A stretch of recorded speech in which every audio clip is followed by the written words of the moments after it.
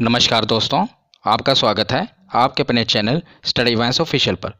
तो आज हम शुरुआत करेंगे पॉलिटी के सबसे इम्पोर्टेंट टॉपिक भारतीय संविधान से, जिसमें हम पढ़ेंगे भारतीय संविधान के विकास का इतिहास कि आखिर भारतीय संविधान बना कैसे, और संविधान सभा के बारे में पढ़ेंगे जिससे बहुत से प्रश्न एग्जाम में बनते हैं। और हम पूरे इस टॉपिक को एक कहानी की तरह पढ़ेंगे, आप भी इसमें इन्वॉल्व होइएगा और इसे आपको रटना नहीं है, बस एक कहानी की तरह समझना है और वीडियो को पूरा कॉन्सेंट्रेशन के साथ सुनना है। आप इस वीडियो को अगर पूरा एंड तक देख लेंगे तो आपका इस टॉपिक से क्वेश्चन कभी गलत नहीं होगा।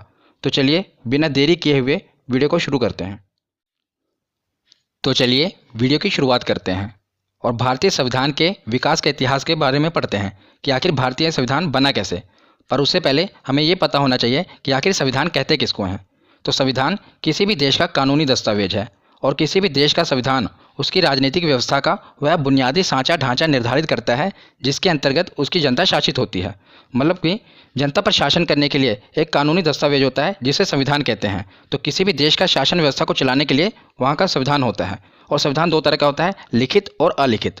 लिखित उदाहरण के तौर पर भारत का संविधान ये लिखित संविधान है, और अलिखित ब्रिटेन का संविधान हो गया, सऊदी अरब का संविधान हो गया, ये अलिखित संविधान है। ये भी पूछा गया एग्जाम में। तो हम भारतीय संविधान को 3 फेजेज में पढ़ेंगे। पहला 1773 का रेगुलेटिंग एक्ट, दूसरा 1935 भारत शासन अधिनियम, और तीसरा प्रमुखता जिससे हमारा संविधान बना है जिसके तहत 1946 का कैबिनेट मिशन। तो हम 1773 का रेगुलेटिंग एक्ट क्यों पढ़ेंगे मैं आपको बता देता हूँ, क्योंकि उस समय अंग्रेजों का शासन था, आपको पता ही होगा।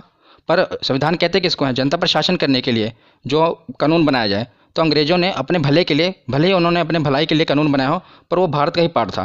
तो इसलिए इसकी शुरुआत, भारत के संविधान की शुरुआत 1773 से ही होती है। तो हम यहाँ से शुरुआत करेंगे और बहुत ही महत्वपूर्ण है, इससे भी प्रश्न बनते हैं। तो हम पढ़ते हैं 1773 ईस्वी का रेगुलेटिंग एक्ट। तो 1757 की प्लासी की लड़ाई हुई और 1764 में बक्सर का युद्ध हुआ। आपको पता है इतिहास के बहुत ही महत्वपूर्ण युद्ध हैं। इसी के बाद अंग्रेजों ने पूरे बंगाल पर कब्जा कर लिया था, 1757 की प्लासी की लड़ाई के बाद और 1764 के बक्सर के युद्ध के बाद। तो अंग्रेजों द्वारा जीत ले जाने के बाद बंगाल पर ब्रिटिश ईस्ट इंडिया कंपनी का शासन हो गया। और इसी शासन को अपने अनुकूल बनाए रखने के लिए अंग्रेजों ने समय समय पर कई एक्ट पारित किए, जिसके तहत 1773 का ये रेगुलेटिंग एक्ट पारित हुआ। और उसमें भारतीय संविधान के विकास के लिए सीढ़ियां बनी। तो ये भारतीय संविधान के का शुरुआत यहीं से हुई, रेगुलेटिंग एक्ट से। तो रेगुलेटिंग एक्ट था क्या? तो रेगुलेटिंग एक्ट के तहत ही आपको बता दूं कि 1774 ईस्वी में कोलकाता में सुप्रीम कोर्ट की स्थापना की गई। तो भारत में सबसे पहले कलकत्ता में सुप्रीम कोर्ट की स्थापना की गई। और ये बहुत बार पूछा गया है कि पहले मुख्य न्यायाधीश कौन थे। तो पहले मुख्य न्यायाधीश थे एलिजा इम्पे। कौन थे? Elijah Impey. ये पूछा गया है, महत्वपूर्ण है। उसके बाद हम देखते हैं 1935 का भारत शासन अधिनियम। बहुत ही महत्वपूर्ण है, क्योंकि जो आज आप संविधान देख रहे हैं हमारा, उस संविधान में 60% हिस्सा 1935 के भारत शासन अधिनियम से ही लिए गए हैं। कुछ भाग तो हूबहू लिए गए हैं और कुछ में थोड़ा सा बदलाव किया गया है। तो बहुत ही महत्वपूर्ण है और इससे बहुत से प्रश्न बनते हैं। तो भारतीय संविधान का बहुत सा भाग, मैंने जैसे आपसे बताया ना, कि इसी अधिनियम से लिया गया है। क्वेश्चन बनता है कि भारत का जो संविधान बना है उसका मुख्यतः पार्ट किससे लिया गया है? तो याद रखिएगा 1935 के भारत शासन अधिनियम से। ये अंग्रेज लेकर आए थे और इसी अधिनियम द्वारा म्यांमार को भारत से अलग कर दिया गया। कि जो म्यांमार भारत से अलग कर दिया गया, पहले भारत का हिस्सा हुआ था म्यांमार, जिसे बर्मा कहते थे, उसे 1935 का भारत शासन अधिनियम द्वारा ही भारत से अलग किया गया। और इसी के अंतर्गत भारत में रिजर्व बैंक की स्थापना की गई, जिसे भारतीय रिजर्व बैंक कहते हैं। इसकी स्थापना कब हुई थी? 1 अप्रैल 1935 में भारत में आरबीआई की स्थापना हुई थी। तो ये किसके तहत हुई थी? तो 1935 का भारत शासन अधिनियम के तहत। तो उसके बाद हम देखते हैं 1946 ईस्वी में कैबिनेट मिशन का गठन। तो इसी कैबिनेट मिशन के गठन के तहत जो हमारा आप संविधान देख रहे हैं, आधुनिक संविधान, इसी मिशन, कैबिनेट मिशन के अंतर्गत ही बना है। तो जुलाई 1946 ईस्वी में कैबिनेट मिशन के तहत भारतीय संविधान के निर्माण के लिए संविधान सभा का गठन किया गया। तो संविधान सभा का गठन किया गया कि ताकि जो भारत का संविधान है बनाया जाए। तो संविधान सभा के सदस्यों की संख्या बहुत बार एग्जाम में पूछा गया है। तो याद रखिएगा 389। कुल कितने सदस्य थे संविधान सभा में? तो 389 सदस्य थे। तो उसमें से 292 ब्रिटिश प्रांतों के प्रतिनिधि थे। तो ब्रिटिश प्रांतों के प्रतिनिधि कैसे, मैं आपको बताता हूँ। जैसे कि जो हमारा पूरा भारत था, पूरे भारत पर अंग्रेजों का अधिकार नहीं था। लगभग 60% जो हिस्सा था उस पर पूरा डायरेक्ट अंग्रेजों का अधिकार था। और जो लगभग 40% हिस्सा है उसमें राजा रजवाड़ों, जो देशी रियासतें हैं, उनका अधिकार था। कहीं पर फ्रांस का अधिकार था, कहीं पर पुर्तगाल का अधिकार था। मतलब 60% तो डायरेक्ट अंग्रेजों के अधीन था। तो उसे हम ब्रिटिश प्रांत कहते हैं। और बाकी जो देशी रियासतें हैं इस पर राजा रजवाड़ों का अधिकार था। जैसे राजस्थान हो गया, कुछ हिस्सा मध्य प्रदेश का हो गया, वहाँ पर राजा रजवाड़ों का अधिकार था, इसीलिए उसे हम देशी रियासत कहते हैं। ठीक है। तो जब हमारा संविधान बना तो 292 ब्रिटिश प्रांतों के प्रतिनिधि आए, जहाँ पर मतलब ब्रिटिश सरकार का डायरेक्ट अधिकार था, वहाँ से 292 मेंबर चुने गए। और 93 देशी रियासतों के प्रतिनिधि आए, मतलब जो राजा थे वो 93 देशी रियासतों के प्रतिनिधि मेंबर बन के हैं, और 4 चीफ कमिश्नर। तो ये संख्या पूछी जाती है ज़्यादातर कि ब्रिटिश प्रांतों के प्रतिनिधि कितने थे, तो याद रखिएगा 292, और 93 थे देशी रियासतों के, और कुल कितने थे, तो 389 थे। तो उसके बाद अब हम आगे देखते हैं संविधान सभा की कार्यवाही कि आखिर हमारा संविधान बना कैसे। तो उसमें मुख्यतः आपको 3 डेट याद रखनी है। एक 9 दिसंबर 1946, उसके 2 दिन आप जोड़ देंगे तो 11 दिसंबर 1946, उसमें 2 दिन आप जोड़ देंगे तो 13 दिसंबर 1946। ना जाने कितनी बार एग्जाम में ये डेट पूछी गई है। तीनों डेट बहुत ही महत्वपूर्ण है, आपको रटना नहीं है, बस आपको मैं याद करा दूंगा। देखिए कैसे। तो शुरुआत आप देखते हैं 9 दिसंबर 1946, बहुत ही महत्वपूर्ण दिन है, क्योंकि संविधान सभा की जो पहली बैठक हुई, हमारा संविधान कैसे बनेगा, उसकी रूपरेखा क्या होगी, सब कुछ पहली बैठक 9 दिसंबर 1946 ईस्वी के दिन हुई। तो ये बहुत ही ऐतिहासिक दिन है। पर इस बैठक का मुस्लिम लीग ने बहिष्कार किया। तो पूछा गया है कि संविधान सभा का बहिष्कार किसने किया था, तो मुस्लिम लीग ने। मुस्लिम लीग ने बहिष्कार क्यों किया, क्योंकि मुस्लिम लीग ने अलग अलग देश की मांग कर रहे थे, वो पाकिस्तान की मांग कर रहे थे, इसलिए उन्होंने संविधान सभा का बहिष्कार कर दिया। तो जब ये संविधान सभा की बैठक हुई तो उसमें एक अध्यक्ष भी चुनना था, क्योंकि एक अध्यक्ष तो जरूरी है। पर जब बहिष्कार हो गया तो सभा ने सोचा कि पहले एक अस्थायी अध्यक्ष चुन लेते हैं, उसके बाद हम स्थायी अध्यक्ष चुन लेंगे। तो सभा ने निर्णय लिया, संविधान सभा ने, कि हम एक अस्थायी सदस्य चुनेंगे। तो सभा का जो सबसे बुजुर्ग सदस्य था डॉक्टर सच्चिदानंद सिन्हा, ये सबसे सीनियर थे, इन्हें अस्थायी अध्यक्ष चुन लिया गया कि जब तक स्थायी अध्यक्ष नहीं हो जाता आप अस्थायी अध्यक्ष रहेंगे। पर उसके 2 दिन बाद जब संविधान सभा की बैठक हुई तो डॉक्टर राजेंद्र प्रसाद को संविधान सभा का स्थायी अध्यक्ष चुन लिया गया। बहुत ही महत्वपूर्ण है दोनों, याद रखिएगा। जब आपसे पूछा जाए कि संविधान सभा का अस्थायी अध्यक्ष कौन थे, तो याद रखिएगा डॉक्टर सच्चिदानंद सिन्हा थे, डॉक्टर सच्चिदानंद सिन्हा। पर जब पूछा जाए कि स्थायी अध्यक्ष कौन थे, तो डॉक्टर राजेंद्र प्रसाद।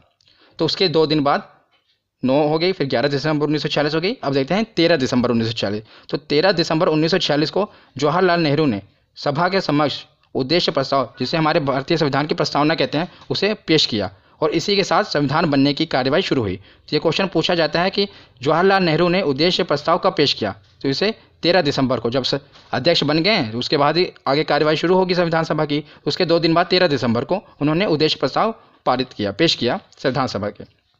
तो उसके बाद हम कुछ प्रमुख समितियों के अध्यक्ष देख लेते हैं। ये सभी मोस्ट इंपॉर्टेंट है, बहुत बार एग्जाम में डायरेक्ट पूछे जाते हैं, और 1 नंबर का आपको कुछ नहीं करना, बस इसको देखिए कैसे याद करते हैं। सबसे पहले संचालन समिति।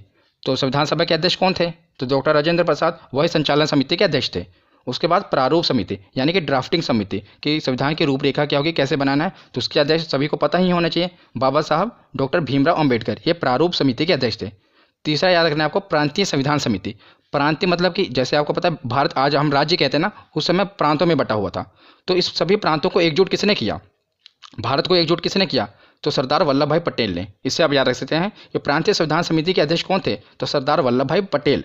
उसके बाद देते हैं संघीय संविधान समिति। संघ मतलब कि केंद्र, तो हमारे पहले प्रधानमंत्री पंडित जवाहरलाल नेहरू संघीय संविधान समिति के अध्यक्ष थे। और राष्ट्र ध्वज संबंधी समिति जो बनी थी, उसके अध्यक्ष कौन थे, तो ये भी एसएससी में पूछा गया था कि राष्ट्र ध्वज संबंधी समिति के अध्यक्ष कौन थे, तो डॉक्टर राजेंद्र प्रसाद। आपको ये 5 याद होना चाहिए, और बहुत ही महत्वपूर्ण है, या आपको याद भी हो गए होंगे, क्योंकि ज़्यादा इसमें कुछ डिफिकल्ट नहीं है। उसके बाद हम देखते हैं कि आपको पता है कि मुस्लिम लीग ने संविधान सभा का बहिष्कार कर दिया, क्योंकि वो अलग देश की मांग कर रहे थे। तो आखिर दिन आ ही गया कि 3 जून 1947 को यह घोषणा कर दी गई कि भारत का बंटवारा होगा। भारत का बंटवारे की घोषणा कब की गई, तो 3 जून 1947 को।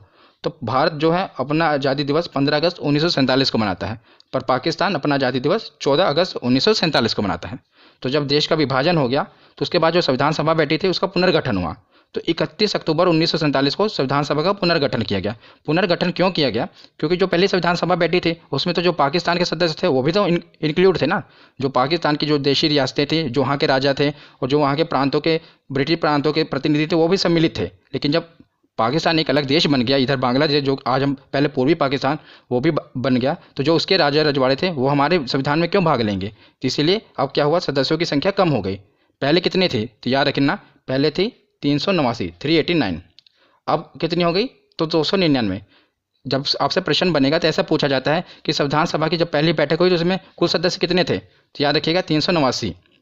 तो जब पूछा जाएगा कि जब भारत का विभाजन हो गया तो जब संविधान सभा का पुनर्गठन के बाद कितने सदस्यों की संख्या हो गई, तो 299। इसमें कंफ्यूज ना होइएगा, क्योंकि कम हो जाएंगी ना, या बस ये पहले 389 थी, उसके बाद कम होकर 299 हो गई।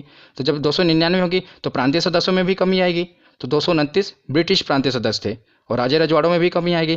तो पहले जो 70, अभी कितने हो गए 70, और पहले कितने थे, तो पहले मैं आपको बताऊँ तो पहले थे 93, और अब कमी हो गई, कितने हो गए 70। और पहले ये प्रांतीय सदस्य कितने थे? तो प्रांतीय सदस्य 292 और अब कम हो गए, कितने हो गए? 229। ये तो ऐसे ही है, देखो 9 टू ये जो 2 है इधर उठा के इधर रख दिया इन्होंने, बस 229 हो गए। इसको आप ऐसे याद कर सकते हैं। जब 229 ये हो गए तो बचे 299 कितने? तो 70 देशी रियासतों के सदस्य हो गए। ठीक है ना, ये भी आपको याद रखने हैं। तो उसके बाद हम देखते हैं कि ये जब सभा का पुनर्गठन हुआ तो उसके बाद संविधान बनने की कार्यवाही तेज हो गई। तो दुनिया भर के संविधान को बारीकी से परखने के बाद बाबा साहब भीमराव अंबेडकर ने भारतीय संविधान का मसौदा तैयार किया। तो उन्होंने मतलब दुनिया भर के जितने भी संविधान हैं उनको बारीकी से परखा और उसमें से अच्छे अच्छे विचारों को उठाया, अच्छे अच्छे कानून को उठाया। तो जो संविधान के स्रोत हैं इससे भी प्रश्न बनते हैं। तो मैं इसका जो सेकंड पार्ट है वो संविधान के स्रोत कि मतलब कहाँ से क्या उठाया गया वो भी आपको बताऊंगा। तो बहुत ही इंपॉर्टेंट वीडियो है, बस मैं नेक्स्ट वीडियो वही अपलोड करूँगा, इसलिए आप अपने चैनल को सब्सक्राइब जरूर कर लें। तो दुनिया भर के कानूनों को, संविधान को बारीकी से परखने के बाद बाबा साहब भीमराव अंबेडकर ने भारतीय संविधान का मसौदा तैयार किया और आखिर वो दिन आ गया कि 26 नवंबर 1949 को भारतीय संविधान पूरी तरह से बनकर तैयार हो गया और इसे संविधान सभा द्वारा पारित कर दिया गया। तो उस समय कुल कितने मेंबर थे? तो याद रखिएगा, जब सभा का पुनर्गठन हुआ था 299 मेंबर थे ना, तो उनके हस्ताक्षर हुए और उसके बाद ये जो है संविधान बनकर तैयार हो गया। इसीलिए 26 नवंबर को संविधान बनकर तैयार होता है, इसीलिए 26 नवंबर को संविधान दिवस मनाया जाता है। ये भी याद रखिएगा, महत्वपूर्ण है। पर 26 नवंबर को संविधान बन तो गया, पर इसे लागू कब किया गया? तो 26 जनवरी 1950 को लागू किया गया। इसके पीछे भी कारण है कि संविधान बना हो 26 नवंबर को, पर लागू 26 जनवरी 1950 को क्यों किया गया। इसके पीछे एक ऐतिहासिक दिन का कारण है कि 26 जनवरी 1930 को कांग्रेस ने प्रथम स्वतंत्रता दिवस मनाया था। उसमें भले ही हम गुलाम थे, पर कांग्रेस ने क्या किया था, आपको मैंने कांग्रेस अधिवेशन में बताया हुआ ना। कांग्रेस अधिवेशन की अगर आपने वीडियो नहीं देखी तो माई बटन में उस वीडियो का लिंक दे दूंगा, उसे देख लेना। मैंने उसमें जितने भी कांग्रेस अधिवेशन हुए सबके बारे में बताया है।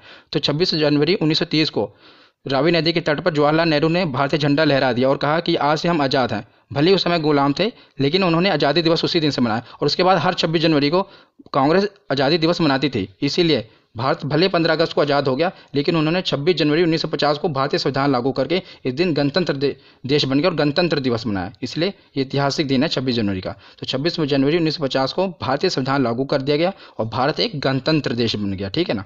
उसके बाद हम देखते हैं संविधान से कुछ रिलेटेड फैक्ट देख लेते हैं जो कि हमारे एग्जाम में पूछे जाते हैं। तो संविधान निर्माण की प्रक्रिया में कुल कितने दिन लगे थे? तो 2 वर्ष 11 महीने और 18 दिन लगे थे। कितने दिन? 2 वर्ष 11 महीने और 18 दिन। और जो संविधान के प्रारूप पर कुल कितने दिन बहस हुई थी? जो संविधान सभा बैठी थी, ऐसा नहीं कि ऐसे संविधान बन गया, उसमें बहस हुई थी। तो जैसे आप देखते हैं ना संसद में बहस होती है किसी कानून बनने पर, तो कुल 114 दिन की बहस हुई थी संविधान बनने के लिए। और संविधान के निर्माण पर कुल खर्च कितना आया था? तो एग्जैक्ट बताऊं तो आपको 63,96,729 रुपये, लगभग आप जान लीजिए कि 64 लाख रुपये का खर्च आया था हमारे संविधान को बनाने में। और जब संविधान बना था तो इसमें कुल कितने 22 भाग, 395 अनुच्छेद और 8 अनुसूचियाँ थी। पर वर्तमान समय में 8 में आप बस 4 ऐड कर दीजिए, 12 अनुसूचियाँ। तो भाग उतने ही हैं 22 भाग, और अनुच्छेद भी 395 हैं और अनुसूचियाँ कितनी हो चुकी हैं? 12। हालांकि 395 अनुच्छेद में ए बी ऐसे 395 ए 395 बी कर करके लगभग 450 अनुच्छेद हो चुके हैं, पर मूल रूप से 395 अनुच्छेद हैं। उसके आगे ऐड हुए हैं ऐसे 395 ए 395 बी, पर जो संख्या 395 की है। अब आप देखें तो लगभग 450 अनुच्छेद हो चुके हैं, पर मूल रूप से कितने हैं? 395 अनुच्छेद ही हैं। पर अनुसूचियाँ जरूर बढ़ी हैं 4, पहले 8 अनुसूचियाँ थी, अब 12 अनुसूचियाँ हैं। तो उसके बाद हम देखते हैं कि संविधान सभा द्वारा कुछ अन्य कार्य किए गए थे, ये भी महत्वपूर्ण है हमारे एग्जाम के लिए। तो संविधान सभा ने 22 जुलाई 1947 को राष्ट्रीय ध्वज को अपनाया। तो तिरंगा, हमारा भारत का तिरंगा, इसे 22 जुलाई 1947 को राष्ट्रीय ध्वज को अपनाया गया था संविधान सभा के द्वारा। ये डेट याद रखना, कब? 22 जुलाई 1947 को। और 24 जनवरी 1950 को राष्ट्रगान को अपनाया गया। कब जनगण मन कब अपनाया गया? तो 24 जनवरी 1950 को। जो हमारा क्या कहते हैं संविधान 26 जनवरी को लागू किया गया ना, उसे 2 दिन पहले ही राष्ट्रगान अपना लिया गया। और 2 दिन बाद जिस दिन हमारा संविधान लागू हुआ तो राष्ट्रगीत उस दिन अपनाया गया था। याद रखेगा, 26 जनवरी 1950 को राष्ट्रगीत अपनाया गया था। 3 चीज़ें फिर देख लीजिएगा। 22 जुलाई 1947 को राष्ट्रीय ध्वज अपनाया गया। जब किसी देश का संविधान है तो एक झंडा भी तो होना चाहिए ना, तो हमारा तिरंगा 22 जुलाई को अपनाया गया, 22 जुलाई 1947 को। और 24 जनवरी 2 दिन पहले राष्ट्रगान अपना लिया गया। और 26 जनवरी को एग्जैक्ट उसी दिन जिस दिन संविधान लागू हुआ राष्ट्रगीत अपना लिया गया, वंदे मातरम। तो उसके बाद हम देखते हैं स्वतंत्र भारत का पहला मंत्रिमंडल। ये वीडियो का आखिरी पार्ट होगा, बहुत ही महत्वपूर्ण है। डायरेक्ट 1 नंबर का क्वेश्चन पूछा जाता है कि 1947 में जब भारत आज़ाद हुआ तो उस समय का मंत्रिमंडल कौन कौन था, मतलब कौन कौन से मंत्री थे। तो हमारे पहले प्रधानमंत्री कौन थे? सबको पता ही होगा, पंडित जवाहरलाल नेहरू। पहले गृह मंत्री कौन थे? तो लौह पुरुष सरदार वल्लभ भाई पटेल हमारे पहले गृह मंत्री थे। और शिक्षा मंत्री कौन थे? तो उस समय हमारे शिक्षा मंत्री बहुत ही काबिल व्यक्ति मौलाना अबुल कलाम आज़ाद जी थे। तो बहुत ही महत्वपूर्ण है कि हमारे शिक्षा मंत्री कौन थे? मौलाना अबुल कलाम आज़ाद। और पहले रेलवे मंत्री, तो ये भी आपके लिए इंपॉर्टेंट है, डॉक्टर जॉन मथाई हमारे पहले रेलवे मंत्री थे। और श्रम मंत्री तो जगजीवन राम।